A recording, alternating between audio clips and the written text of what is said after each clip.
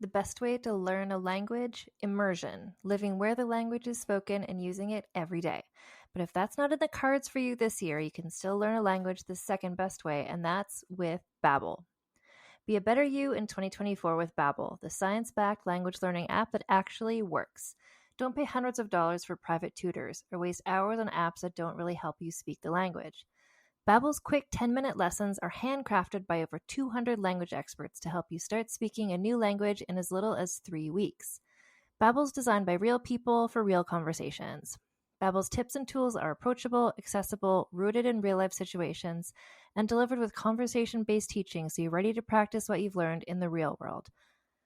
For instance, I've been using Babbel's convenient courses to help me learn basic conversational skills in German while I'm getting ready for a little trip I'm planning. It's not a language I'd ever studied before, but I find the lessons really easy and kind of like hand-holding me through learning a completely new language to me.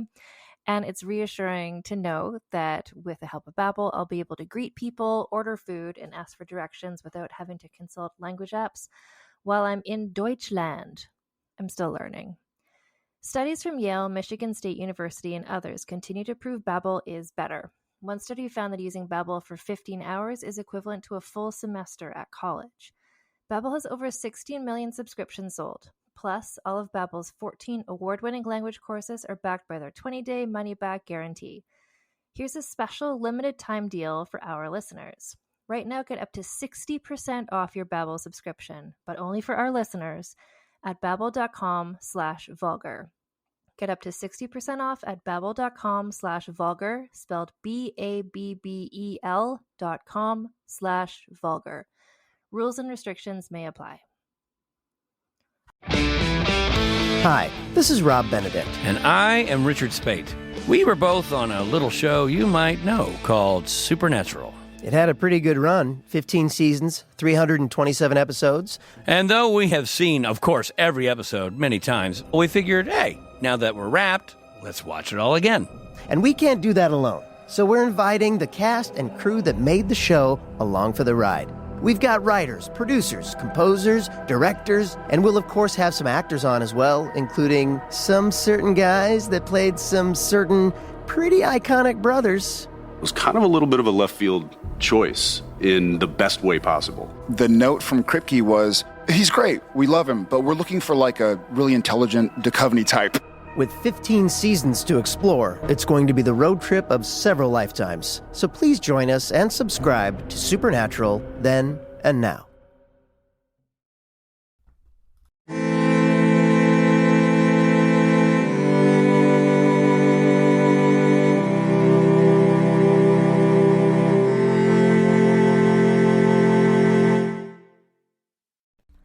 Hello and welcome to another episode of Vulgar History, the feminist women's history comedy podcast with me, your host, Anne Foster. And today is the eighth and final episode of this season, which has had the theme Women Trapped in Towers and the Assholes Who Put Them There.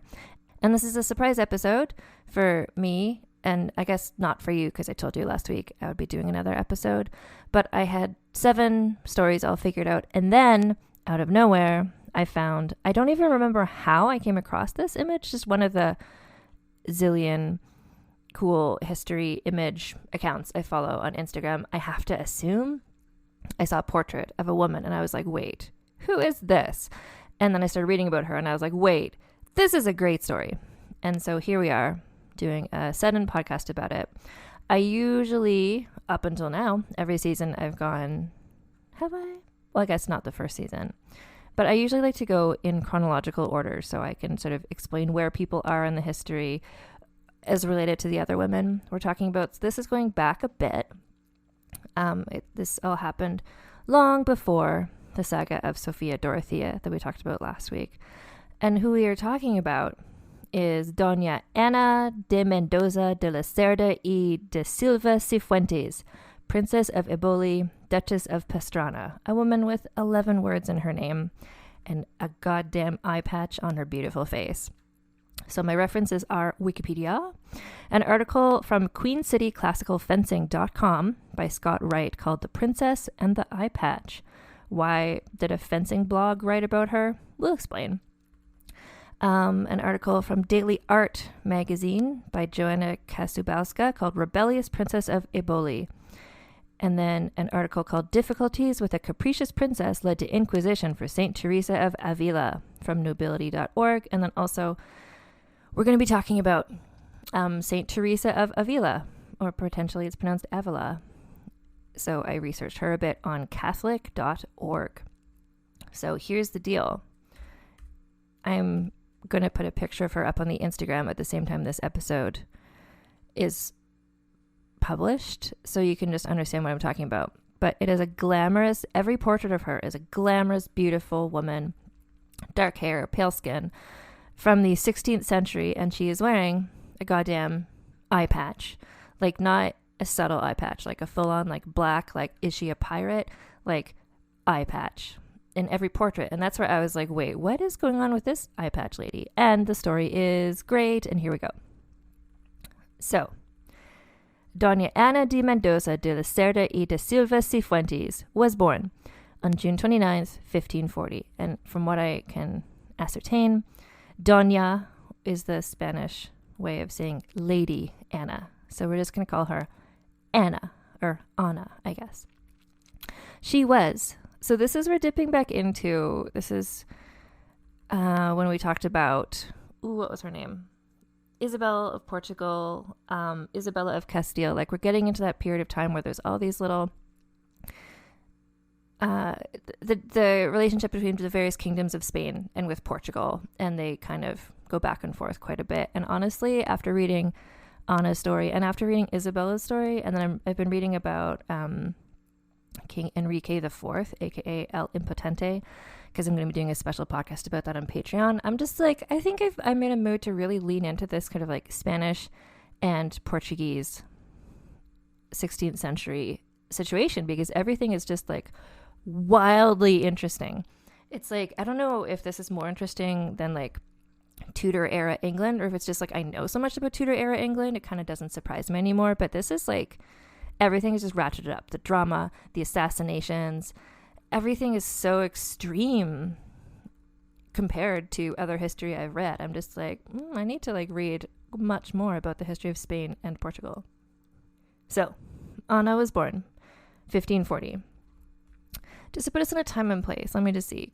Queen Elizabeth I of England was born 1533. So we're looking at a similar time period to that is when Anna was a child and growing up.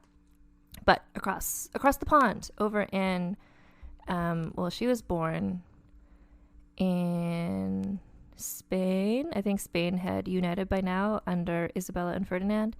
So Ana was the daughter of Diego Hurtado de Mendoza de la Cerda, Duke of Francavilla, and Prince of Melito, Viceroy of Aragon. And her mother was Doña Maria Catalina de Silva y Andrade, Countess de Cifuentes. So that's why Anna's name has all those words in it, because it's all of her parents' titles.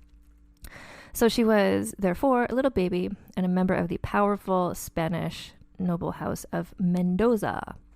Anna endured what appears to be a dysfunctional home life as a child, including the embarrassment of her father's infamous philandering, something not accepted in 16th century Spain, which was like a very Catholic place to be.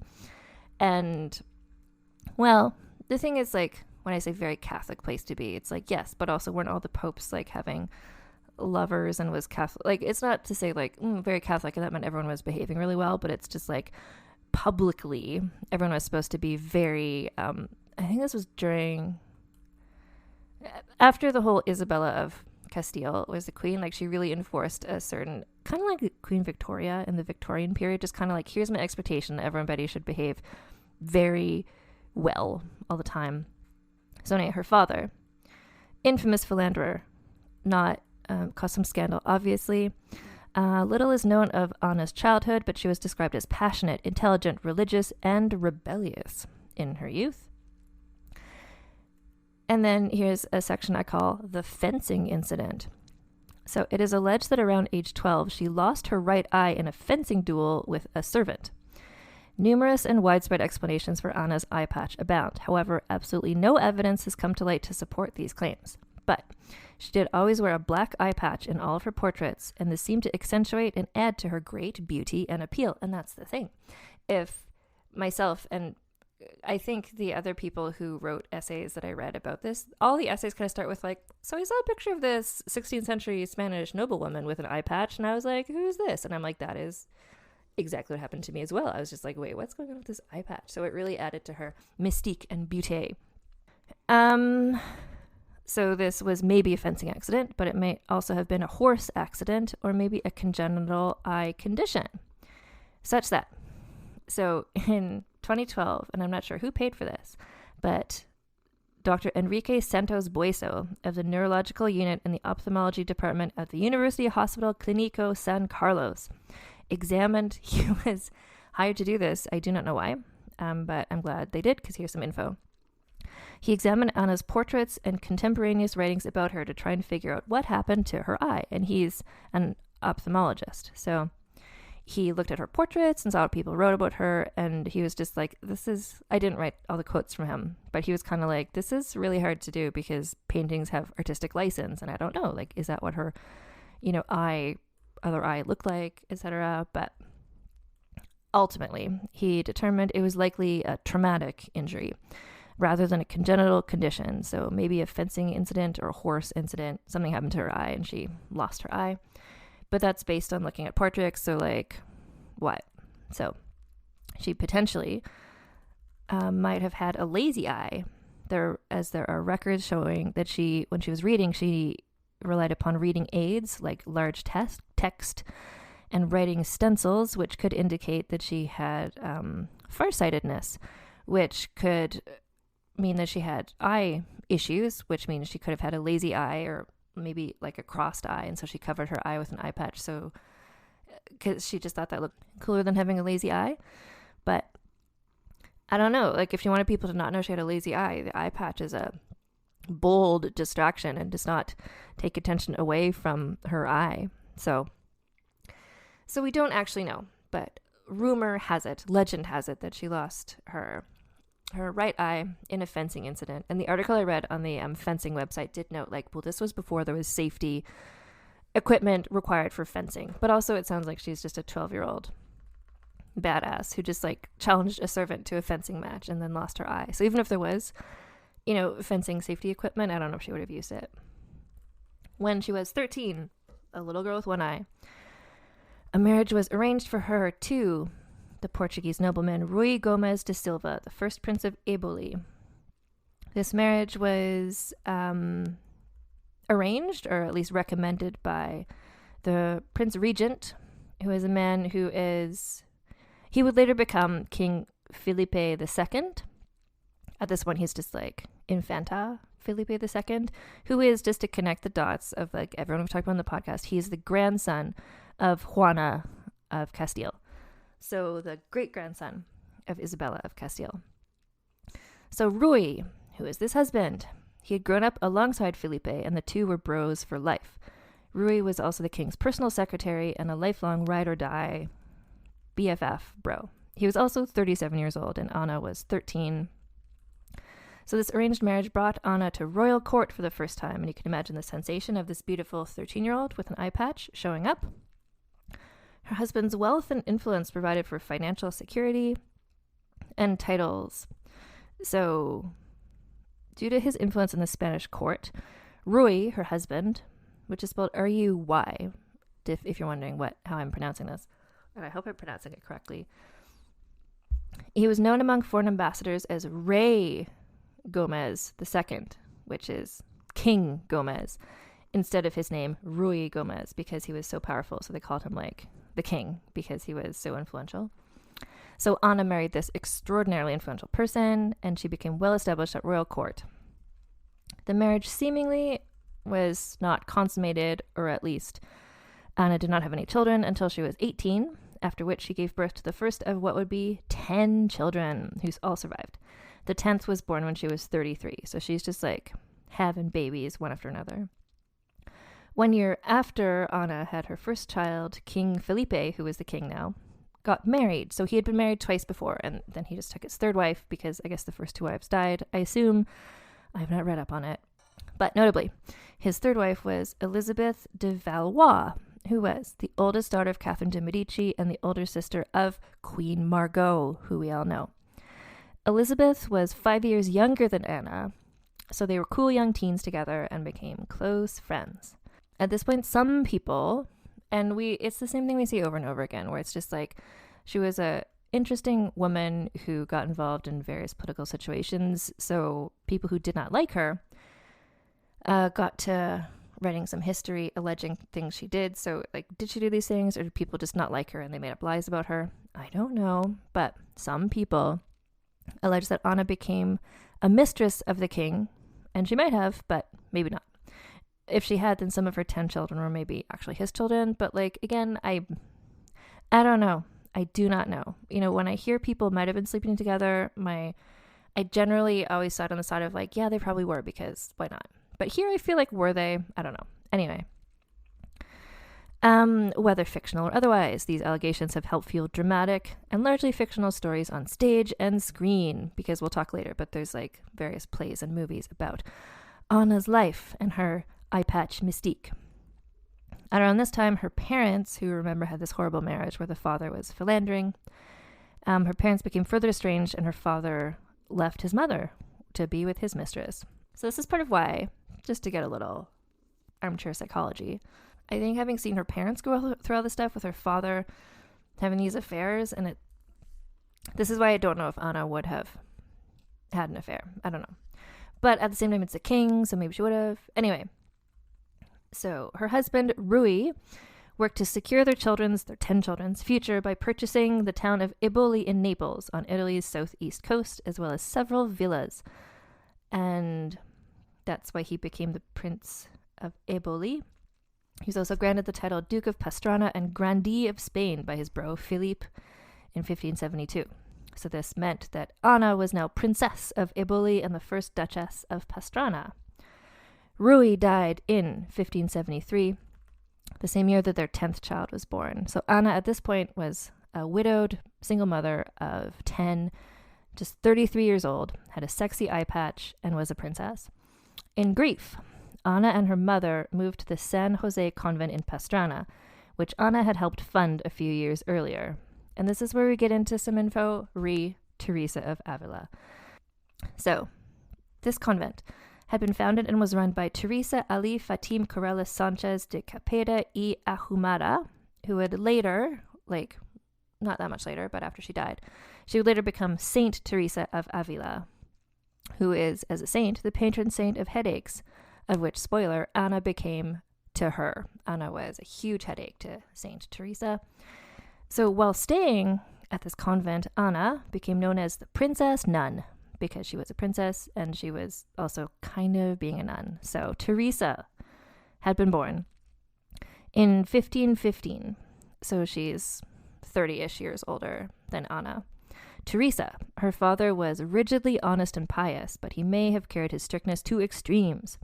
Her mother loved romance novels, but because her husband objected to these books, she hid the books from him. This put Teresa in the middle, especially since she liked romance novels too. Her father told her never to lie, but her mother told her not to tell her father, so she was just in the middle of this, like, feels, frankly, very modern situation torn between her two parents. So, Teresa, when she was 7 years old, she convinced her older brother that they should go off to the land of the Moors, which I think is Turkey, and beg them, out of love to God, to cut off our heads there. So, she wanted to go and, like, martyr themselves. They got as far as the road from the city before an uncle found them and brought them back. So again, Teresa, who is the woman who owns the convent where Anna goes, was clearly a headstrong person as well. As a teenager, Teresa cared only about boys, clothing, flirting, and rebelling. When she was 16, her father decided she was out of control and sent her to a convent. At first she hated it, but eventually she began to enjoy it, partly because of her growing love for God, and partly because the convent was less strict than her dad. Still, when the time came for her to choose between marriage and religious life, she had a tough time making the decision. She'd watched a difficult marriage ruin her mother, or the arguments between her parents. On the other hand, being a nun didn't seem like much fun. She finally chose a religious life, and she did it because she thought it was the only safe place for someone as prone to sin as she was. So she was like rebellious and didn't take well to authority and like boys in clothes and flirting, but she like didn't like that about herself. And so she was just like, I'm a bad person, so I should become a nun because that's the best place for me. For the next 18 years, Teresa tried to be as good a nun as possible, but found it challenging. Part of the reason for her trouble was that the convent was not what she thought it would be like. Like, she thought this will be like a very monastic place where, you know, everyone's just praying all the time, and, you know, there's no clothes or boys or fashion to distract us. However, many women who had no place else to go wound up at the convent, whether they wanted to be nuns or not. They just kind of like showed up there. These women were encouraged to stay away from the convent to cut down on expenses because too many people were going there. What Teresa saw was that nuns would arrange their veils attractively and wear jewelry. Prestige depended not on piety but on money. So it was just the same like strict class divisions that there were in the world. There was a steady stream of visitors in the parlor and parties that included young men. So really, this convent she ended up at sounds a lot like a university dorm type situation. What spiritual life there was involved hysteria, weeping, exaggerated penance, nosebleeds, and self-induced visions. So she was just like, this is not for me. At the same time, she was very popular and she liked to be liked. She found it easy to slip into, quote, a worldly life, which is just like falling back into liking boys and flirting and jewelry and clothes. Let's see. Teresa got involved in flattery, vanity, and gossip. Then she fell ill with malaria. When she had a seizure from the malaria, it seemed so obvious that she was dead that after she woke up 4 days later, she learned they had actually dug a grave for her because they thought she was literally dead. Afterwards, she was paralyzed for 3 years and never got completely well. Yet, instead of helping her spiritually get closer to God, her sickness became an excuse for her to stop praying completely. So, when she was 41, a priest convinced her to like start doing praying again. It just sounds, this whole thing is just like, you know, I was reading this and I'm like, how did she become a saint? Like, this doesn't sound like the sort of behavior that gets rewarded by becoming a saint. Anyway, when she was 41, a priest convinced her to try praying again, and she did, and it turns out now she's really good at it. For instance, things would happen like her whole body was raised from the ground. If she felt like God was going to levitate her, she stretched out on the floor and called the nuns to sit on her and hold her down. But she was not excited about the fact that she was having magic God things. She begged God very much not to do this anymore in public. But still, she was still really very much dependent on friendships and being around other people, and that was getting in the way of her being like a good nun or whatever. She was very attached to her friends until God told her, apparently directly, "No longer do I want you to converse with human beings, but with angels." And then, through that advice, she got the freedom that she'd been unable to achieve before, and so she gave up all her friends, and God came first in her life. Her friends, though, were like, wait, we don't like this. So they did not like what was happening to her, and they got together to discuss some remedy for her. Concluded she had been deluded by the devil. They sent a Jesuit priest to analyze her. The Jesuit reassured her that the experiences were from God, but soon everyone was making fun of her. This just sounds like this is not a cool convent like in Whoopi Goldberg and Sister Act. This is just like, and she's been here for such a long time. I'm just like, maybe move on? Like, is this the place for you, Teresa? So one confessor, like I guess a priest she went to, was so sure that her visions were from the devil that he told her to make an obscene gesture called the fig. I don't know what that is, so let's just imagine like raising your middle finger every time she had a vision of Jesus. What? Why?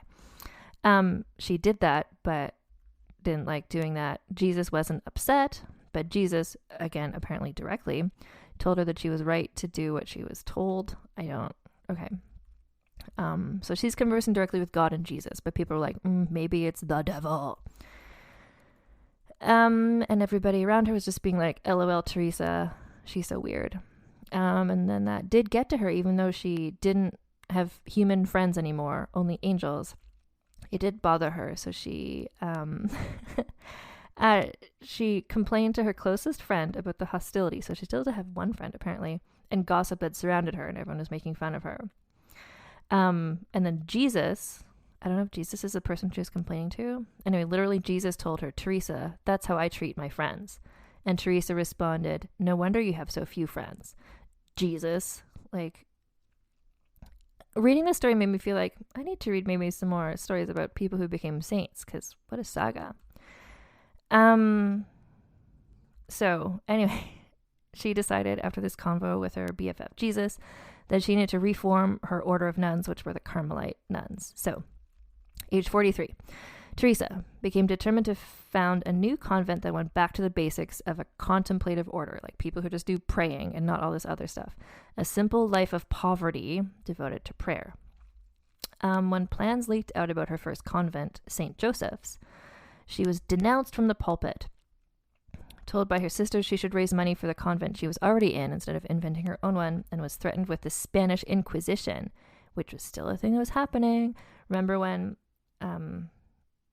Isabella and Ferdinand started, or like really sped things up with that? So the Spanish Inquisition, which were just the Catholic people who would like torture people who they thought weren't being Catholic in the right way. So in fact, the town started legal proceedings against her. But in the face of all of this, she went around calmly as if nothing was wrong because God and her BF Jesus had told her to do this. And so she knew it was the right thing to do. And she did end up creating the convent of St. Joseph's, where she spent much of her time writing her life story, her autobiography. She wrote this book not for fun, but because she was ordered to, I guess, by God. Many people questioned her experiences. Maybe she wasn't ordered to by God. Maybe she was ordered to by the Spanish Inquisition. Anyway, many people questioned her experiences, and this book would clear her or condemn her. So because of this, she used a lot of vague writing in her book, following a profound thought with the statement, but what do I know? I'm just a wretched woman. Oh, she was ordered. Okay, the Inquisition told her to write her life story, sort of like testimony. So the Inquisition read it, and they liked it. And so they cleared her. They said, guess what? You're not an infidel or whatever. By now, she's aged 51. And Teresa felt it was time to spread her movement of having nuns go back to the basics. So she braved burning sun, ice and snow, thieves, and rat-infested inns to found more convents. And then she was summoned to Pastrana to visit with Ana de Mendoza and her husband Roy and their 10 children. So Teresa arrived dramatically in a cart covered with curtains. And when she arrived, Anna's mother fell on her knees and beat upon her breasts because she was so excited to see her. So Roy and Anna had invited Teresa to town to found a monastery for men and a convent of barefoot nuns for women. Anna and Roy were keen to get in Teresa's good books because they'd heard how cool she was and they wanted to elevate their status by hanging out with her. Teresa, though, had been forewarned by the other nuns about what Anna was like in the sense of she had a very difficult personality. In Teresa's memoirs, she says, I found the princess, Ana, and the Prince Ruy Gomez, who received me very well. They gave me a private apartment, which was more than I could have expected because the house was so small that the princess had had much of it pulled down and rebuilt, not the walls, but many things. We were there for 3 months, hard times, the princess asking me things contrary to our religion. I had even determined to leave rather than give in, but the Prince Ruy Gomez, in his gentle way, he was very gentle and sensible, made his wife come to reason. So Teresa and Ana, does not surprise me, they're both very strong-willed people, and they did not get along. So Teresa did not care for Anna's domineering character. This was largely because Ana wanted to see what Teresa looked like, but Teresa always, 24 hours a day, kept a veil over her face so no one could see her face. Ana, and what could be more relatable? I feel like, I just want to see your face. Ana just really wanted to see what Teresa looked like. So she was always peeping through the windows and keyhole, hoping to surprise Teresa in one of her trances. Because when Teresa was communing with God and Jesus, maybe her veil would come off, I guess. Teresa laughed at what she calls Anna's stupidity, but in the end, this constant prying worried and became intolerable to her, which understandable too for Teresa. If every time you're in a room by yourself, you have to worry that Anna is peeping through the keyhole, that would be annoying. Anna also really wanted to read Teresa's memoirs, and she kept bugging her to try and read the memoirs. When Teresa refused, Anna wrote to Teresa's superiors, I guess the head church people, asking them to order her to let her read the manuscript. And the superiors agreed that she could. So Anna, quote, greedily read the memoirs. They excited her imagination. And like all talkative women, feeling the necessity of imparting her feelings, she committed the breach of confidence of giving the manuscript to a bunch of her servants and her ladies-in-waiting and pages. So many people read the memoir, so just this manuscript going around and around, that eventually the Inquisition found out about it, and they sent for the book. The Inquisition kept the memoirs for 10 years and then returned it, but not before all this had caused very great annoyance, presumably to Teresa. Teresa she left Ana and Rui's place when the convent was finished. It was 1 year later that Rui died. His last moments were aided by 2 barefooted Carmelite friars who came from Pastrana. So, again, back to Ana. So once Rui died, Ana and her mother decided to move to the San Jose convent that they had helped finance and that they had commissioned Teresa to create. So they arrived with all their luggage and their maids. They demanded to be treated like royalty, with servants approaching them on their knees, which is a bit much. But Teresa refused to order the nuns to do this. So Ana wanted the nuns to approach her on their knees. So this is like, Ana was thinking it would be sort of like the kind of worldly convent that Teresa hated, but Teresa's convent was very much just like poverty, no shoes, nobody's treated like royalty. So you can see this is not going to work out well. Although Ana did stay there for 3 years. After 3 years, she left the convent and returned to Madrid, even though, for reasons I do not know, King Felipe did not want her back there, but she went back anyway because no one's going to tell her what to do. Not long after this, her mother died, and then followed shortly thereafter by her father. However, her father, having married another in an attempt to secure a male heir because Ana was their only child, had left his second wife pregnant, which threatened Ana's inheritance. So, with Rui dead, remember he had been the secretary of the king. The king's new undersecretary of state was Rui's protege, Antonio Perez. Antonio was a married man, just a bit older than Ana. And so Ana and Antonio developed a close relationship, which led people, obviously, because all these gossips, people alleged they were having an affair, but it may have just been a political thing, but maybe they were having an affair. She was sexy Eyepatch lady. Their relationship, even their friendship, was apparently hidden from the king, so the king didn't know that they were hanging out with each other. Historians are divided as to why that was the case. Some claimed it was due to impropriety because Antonio was married and they thought the king wouldn't like his married secretary hang out with a single lady, while others claim it was because Ana had renewed her status of being the king's mistress, and so she didn't want him to know for that reason. We don't know, but what we do know is that Ana continued to correspond with many influential people and expressed her ideas on life, religion, and politics freely, which gained her friends as well as enemies. And then, in 1578, if you're like, and what does this story have to do with women trapped in towers? Like, Ana's just like out there living her Eyepatch life. But here we go. So in 1578, Antonio Perez instigated the murder of Juan de Escobedo, a servant of the king's half-brother Juan de Austria.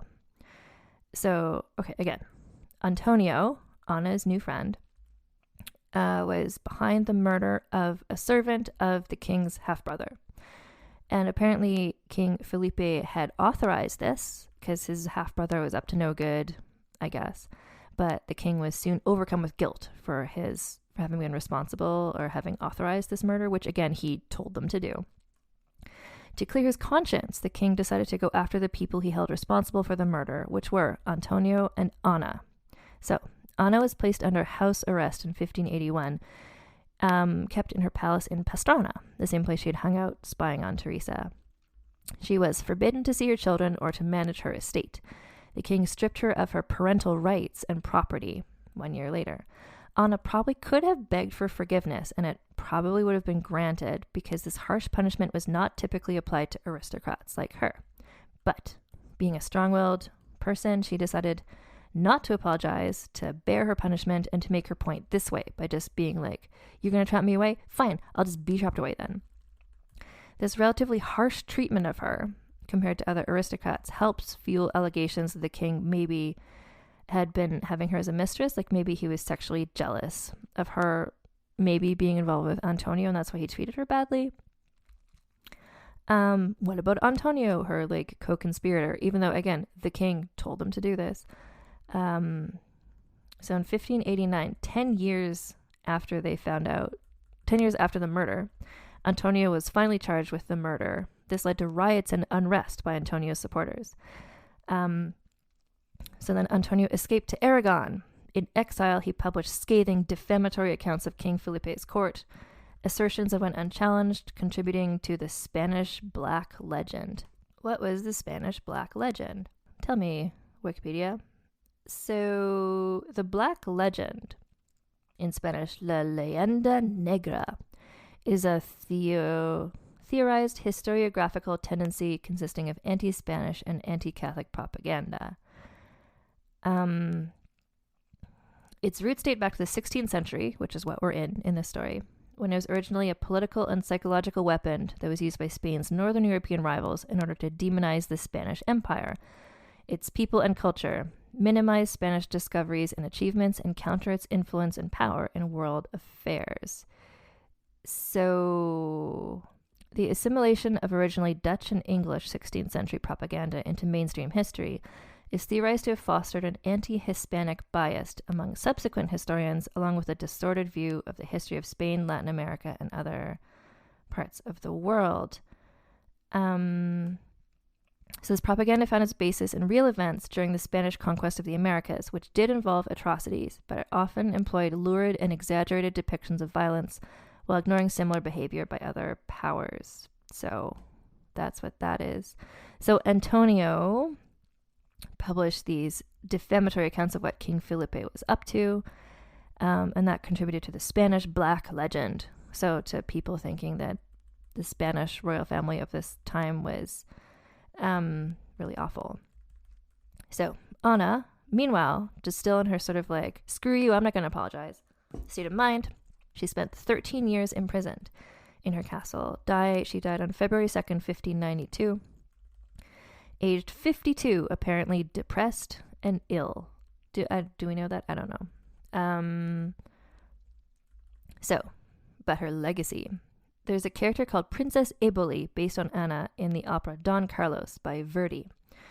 She's also the subject of a novel called That Lady by Kate O'Brien. And in 1955, there was a film adaptation of that novel starring Olivia de Havilland as Anna in a sexy eye patch. And I have not watched that movie, but I'm excited to watch that movie because it looks pretty great. In 2008, Julia Ormond played her in a movie called La Conjura de El Escorial. And then a TV movie in 2010, Ana was played by Belén Rueda in a film called La Princesa de Eboli. And then here we go. If you're just like, how much cooler could this story be? In 2018, the children's animated TV show Arthur, about Arthur the Aardvark and, his sister DW, is that his friend? Anyway, aired an episode called The Princess Problem, where DW was introduced to Ana as an example of a handicapped princess, explaining that Ana was blinded in a childhood sword fight. So that is 100% the first person I've talked about on this podcast who then made an appearance on Arthur. So, the legend continues. And that is Doña Ana de Mendoza de la Cerda y de Silva Cifuentes, Princess of Eboli, Duchess of Pastrana. A sudden last-minute addition to this podcast season, and I can't imagine it without her because what a saga. Well, and then this is where I was like, I don't know if there's enough stuff about her to make a whole podcast episode, but then I got the stuff about Teresa, and I'm like, oh, here we go. There's lots to talk about here. So it's time to score her, Ana, on our Scandalicious scale. So, and then we'll do a rundown of the whole season, where everybody fell this season relative to other things. So Ana's Scandaliciousness. Here's the thing. Now, the stuff like how she went to the, did she have the affair with the king? People say maybe she did. Did she have the affair with Antonio? Maybe. Just the eye patch in general, just her whole aura feels very scandalicious to me. And I mean, the fact that she was involved in this murder, etc., is, well, that's more scheminess, I guess. But it's the sort of thing where, like, for everybody in this season, and it's really become so clear to me researching all these women, how much of the scandaliciousness often is just like people who didn't like these women writing stuff about them to make them sound bad. And in her case, making her sound bad was a way to, like, further demonize the Spanish court, who maybe politically wanted to make look bad. So we don't actually know if Ana had an affair with the king, if she had an affair with Antonio. But she did lose her eye and was gorgeous. So scandaliciousness, and she was involved in a murder, seemingly. But I can't score her too high on that because it's not confirmed if, like, what her involvement was in these things. I'm just going to give her a 6 for scandaliciousness. But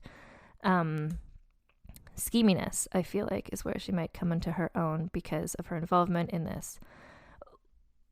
the murder of the half-brother servant, but then also just to do as well in royal court as she did inherently would have involved a lot of scheminess and just a lot of schemes, I think, would have had to be there for her to do as well as she did. For people to not like her as much as they did, I don't know, I feel like that was maybe just her personality more than her, like, actual schemes. I'm gonna give her a 6 for scheminess as well. Her significance, as per always, like, I put in this category because for women who maybe weren't scandalicious or schemy but have a high level of significance, just so everybody can get a high score in something. But for her, like, her significance is like, well, she had 10 children. Did her 10 children do cool stuff? Like, I'm sure they did. I didn't research that. But her significance, like, just having this cool eye patch, the fact that people keep finding her, it's like her legend will not go away because she just looks like she looks just as interesting as she was. Her significance level, though, I don't know, but she funded Teresa creating these convents, which was surely significant, like being one of her patrons. I'm going to give her a 5 for significance. The sexism bonus, I'm giving her a 10, like a full 10. And that's because just the way that, well, like the fact that she and Antonio were both involved in this murder, allegedly. And then she ended up being in jail for 13 years and he just, like, went off to, like, live his life is super sucks. And then, well, just the way that she was treated, like, just the fact that she was treated in this way by everybody because she was, like, a strong woman who said what she thought. Although, like, which is not to say she wasn't also an asshole. Like, she wanted the nuns to treat her like royalty and approach her on their knees, like, when she was also supposed to be a nun. Like, she sounds like a nightmare person. But also the double standard of how she was treated versus how Antonio was treated, that's a 10. So then we get to, what's this? So that's a 27 for Ana, which puts her, let's see, right in the middle of, so Margaret Pole from the season also got a 27. Isabel of Portugal also got a 27. So we'll go through the season. Margaret of Anjou got a 26. Margaret Pole, Ana de Mendoza, and Isabel of Portugal all got a 27. Arbella Stewart and Margaret Douglas, her grandmother, both got a 28. Sophia Dorothea of Celle, our beloved SD, got a 31. And then Queen Margot, Marguerite de Valois, is the top of the charts with a 37.5, the highest score anyone has ever gotten in vulgar history. So I think, I'm happy with the spread of this season. Like, the lowest score, 26, highest score, 37.5. But really, we saw a whole bunch of different kinds of women, a whole bunch of different situations as to why they were put in prison and the assholes who put them there. So we really got into the thesis of this season. And I'm really happy that I learned about Ana because I think she really wraps things up in an interesting way and really is sort of pointing me in this direction of, like, I feel like if there is another season of this show, which I hope there will be, but who knows, I feel like it might be all, like, Spanish/Portuguese people because this is the drama of it all. Really interesting. Well, and then Teresa falling in here, we're not scoring Teresa, but I feel like she's got high marks, at least just for scheminess. Yeah. So now I'm just like, should I read more about saints? I don't know. Anyway, but I feel like reading more about Spanish and Portuguese people will inherently find me some more saints to read about. So that is this episode. It is the season finale of season 4 of Vulgar History. Thank you so much for listening. This has been so much fun to do. And just a reminder of some things you can look at. So if you're just like, no, Anne, don't go away, any more of your beautiful vocal fry talking about stuff. So on my Patreon page, which is patreon.com/AnneFosterWriter, if you pledge money there, there's an archive of my past bonus episodes there. And then I'm also doing at least one bonus episode per month. Often these are this asshole spin-off talking about various men, often various men who were involved in the stories we did this past season.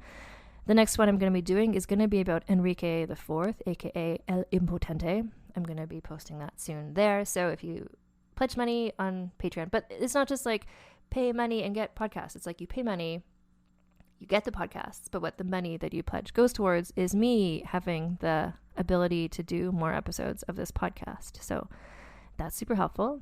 Another super helpful thing you can do just to try and help the podcast succeed, because the better it does, the more I am able to devote time to doing more episodes of it. The easiest thing you can do is to go onto your preferred podcast listening place and to rate us 5 stars and give a nice little review and to subscribe. If you're listening somewhere where there's not a place to put reviews, like I know from my stats, a lot of people listen to this on Spotify, for instance, and I don't think there's a place there to review. So you can just like sneak into some other podcast app, like the Apple one or whatever, put a little review there, like even if that's not where you listen. Super appreciate it. And my merch store is also there. That's another way that the money from the merch goes towards me and this podcast and hopefully being able to do more episodes. And also, I have a lot of fun doing it. So if you go to teespring.com/stores/vulgarhistory, you get to our merch store. And I wanted to, because I forget if I've already explained this, I have not yet figured out a design for Ana de Mendoza, but I figure it's just going to be like her face, and on top of it, it's going to say tits out, because not since Frances Tits Out Howard have I truly come across a woman who just really embodies the spirit of things that I admire. Anyway, so we have various products in there. The most recent one I put in, it's a bad French translation of our tagline, mask on, tits out. So it says, masque sur, sans Dior. You know what? Because of the Ana de Mendoza, I feel like maybe I could do that, but in Spanish. So we'll see that as well.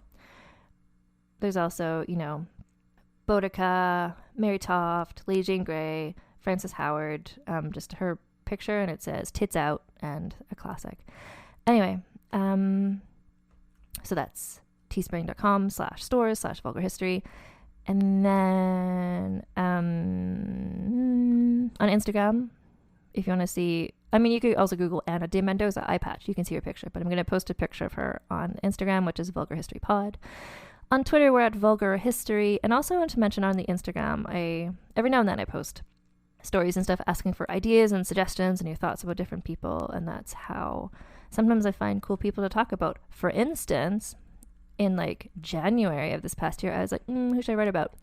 And then my Instagram friend Haley, who I figured out who it was, Haley, bless you, said like, well, what about Sophia Dorothea of Sella? And I was like, well, I don't know who that is. And then suddenly she became my muse for this whole season. So if you like follow me on Instagram, that's a way to have some informal contact with me as well. And I guess that's everything. Oh, I wanted to also say, like, I started this podcast, like season 1 was pre-COVID, and then like everything else has been kind of during COVID. And so that's why I started saying keep your mask on. But now, because of vaccines and stuff, there's some situations in which you don't need to keep your mask on. So I wanted to clarify, because I can't change what I say, because that's what I say at the end of each podcast, and I can't change it because I love saying it. So if you look at, for instance, the movie Queen Margot, the French film, which actually which is not streaming anywhere. I talked about it a while ago, but I've ordered a DVD of it and it should be arriving soon. And when I watch it, I think I'm going to do like a live watch of it on Instagram or something. Anyway, there's a very sexy scene in that movie where Queen Margot, before the massacre and stuff happens, where she just like puts on a mask, a Zorro mask, like just covering her eyes, and just like this cute, gorgeous dress with like a cape, and she just goes to like have random sex with strangers in an alleyway because it's a real weird movie. So I'm like, well, what about that kind of mask? You know, like I'm saying mask, like a mask to help with COVID, keep that on. Or if you're in a situation where you don't need to keep that on, then put on a sexy Zorro type mask, and that can be your mask you have on. I was almost thinking, like with the Ana de Mendoza of it all, I could be like, keep your eye patch on, tits out. But I feel like her eye patch is her tits out. You know, it's like Frances Howard first got my attention through portraits because she has these wild necklines of just like, look, it's my tits. And so I was like, well, who is this? And then I read about her. Ana de Mendoza, like her eye patch had a similar effect on me where I'm just like, who's this person? Why is she wearing an eye patch? So anyway, all of which to say, keep your mask on and your tits out. Hopefully I'll talk to you all again real soon.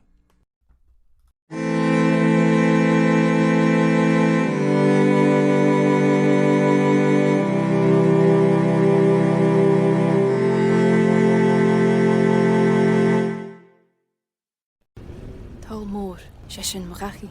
Talmor is my home. My family have worked the land for generations. My gran says the island does not belong to us, but we belong to the island. And we must be ready, for a great evil is coming, and death follows with it. Listen and subscribe to the latest season of Undertow, The Harrowing, a Storyglass production presented by Realm, available wherever you get your podcasts. Do you know what lies within nothing? No. Do you know where it ends? Do you want to know? Yes. Counterbalance, a high fantasy audio drama. Season 2, coming 15th of October 2023. Learn more on trilunas.com.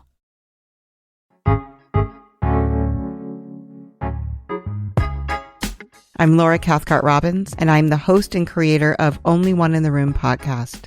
Every week, my co-host Scott Slaughter and I invite you to join us for an hour and lose yourself in someone's incredible Only One story.